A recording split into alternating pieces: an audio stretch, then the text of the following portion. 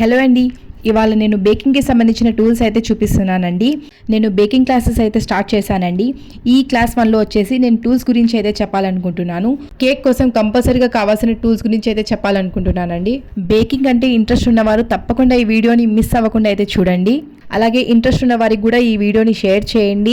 కొత్తగా ఈ వీడియో చూస్తున్న వారైతే నా ఛానల్ని సబ్స్క్రైబ్ చేసుకోవడం మాత్రం మర్చిపోకండి. ఇక లేట్ చేయకుండా వీడియోని అయితే స్టార్ట్ చేసేద్దాం. ఇవేనండి మనం క్లాస్ 1లో నేర్చుకుంటున్న టూల్స్. ఇవి ఇంకా చాలా ఉంటాయండి. మనకి ఇంపార్టెంట్ ఏదో అవే నేను చూపించాలనుకుంటున్నాను. ఇవి ఇంట్లో చేసుకోవడానికి వరకే అండి. బిజినెస్ కోసం అంటే నేను ముందు వీడియోస్లో షేర్ చేస్తాను. ఫస్ట్ మనకు కావాల్సింది ఈ మెజరింగ్ కప్స్ అండి. మనం కేక్స్ పర్ఫెక్ట్గా చేయాలి అంటే ఈ మెజరింగ్ కప్స్ అనేది కంపల్సరీగా ఉండాలి. దాంతోపాటు ఈ స్పూన్స్ కూడా కంపల్సరీగా ఉండాలండి. మనకు బేకింగ్ చేస్తున్నప్పుడు మనకి బేకింగ్ సోడా అవన్నీ వేసుకోవడానికి అయితే ఈ స్పూన్స్ అయితే యూజ్ చేస్తామన్నమాట.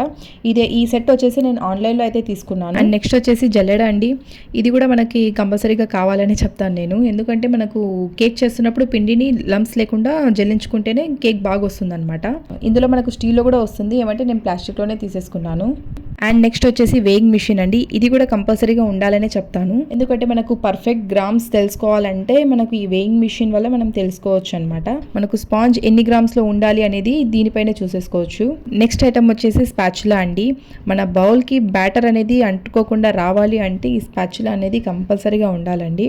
స్పాచులా అనేది ఈ విధంగానే తీసుకోవాలి, ఓపెన్ చేసేటి మాత్రం తీసుకోకూడదు. నెక్స్ట్ వచ్చేసి టర్నింగ్ టేబుల్ అండి. నేనైతే ఈ ప్లాస్టిక్ టర్నింగ్ టేబులే యూజ్ చేస్తున్నాను.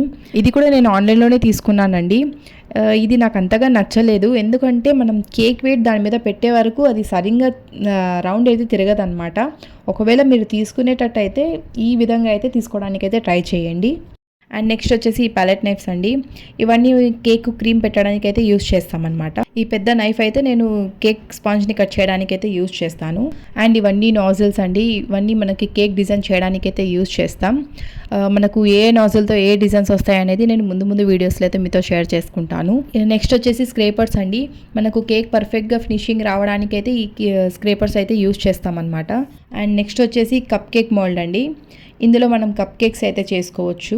కప్ కేక్స్ చేసుకోవడానికి ఈ పేపర్ లైనర్స్ కూడా యూజ్ చేస్తానండి నేను. ఈ విధంగా కప్స్ని అయితే ఇందులో పెట్టేసుకొని బ్యాటర్ ఇందులో వేసేసి ఓవెన్లో అయితే పెట్టేసుకోవచ్చు. అండ్ ముందు క్లాసెస్లో కప్ కేక్స్ ఎలా చేసుకోవాలో కూడా నేను మీతో షేర్ చేసుకుంటాను. నెక్స్ట్ వచ్చేసి one of the main item అండి ఈ బేకింగ్ క్లాస్లో. ఇవి వచ్చేసి స్పాంజ్ చేయడానికి యూజ్ చేసే టిన్స్ అనమాట. ఇప్పుడు నేను చూపిస్తున్న టిన్ వచ్చేసి 6 ఇంచెస్ది. ఇందులో మనం 1/2 kg కేక్ వరకు అయితే చేసుకోవచ్చు. ఇది స్క్వేర్ టిన్ వచ్చేసి ఇది కూడా 6 ఇంచెస్దే. ఈ టిన్లో నేను ఎక్కువ బ్రౌనీ అయితే చేస్తుంటాను. ఇప్పుడు చూపిస్తున్న టిన్స్ వచ్చేసి 7, 8, 9 అనమాట.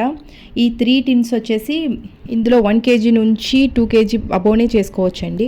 మనం టిన్స్ తీసుకునేటప్పుడే టాల్గా తీసేసుకోవాలండి. ఎందుకంటే మనం కేక్ బేక్ చేస్తున్నప్పుడు మాత్రం బ్యాటర్ అనేది బయటికి రాకుండా ఉండడానికైతే మనం టాల్గానే తీసుకోవాలి. ఇక కేక్ టిన్కి అనుకోకుండా రావాలి అంటే ఇలా బటర్ పేపర్ అయితే కంపల్సరీగా యూజ్ చేయాలండి. మనం ఏ సైజ్ టిన్ కావాలనుకుంటున్నామో ఆ షేప్లో కట్ చేసేసుకొని ఇందులో పెట్టేసుకోవడమే. ఇవి వచ్చేసి ప్లాస్టిక్ బౌల్స్ అండి. ఈ బ్యాటర్ మిక్స్ చేయడానికి అయితే ఈ బౌల్సే యూజ్ చేస్తుంటాను.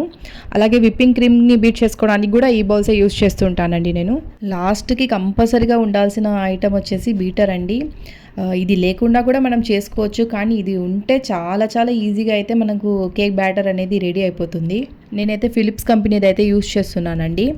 బయట మనకి 500కి అవి కూడా దొరికేస్తాయి, కానీ మనకి లైఫ్ అనేది రావు. మనం ఇన్వెస్ట్ చేసేదేదో మంచి దానిపైన ఇన్వెస్ట్ చేయడం వల్ల మనకు బాగుంటుంది అన్నట్టు నేనైతే ఈ కంపెనీ అయితే తీసుకున్నాను.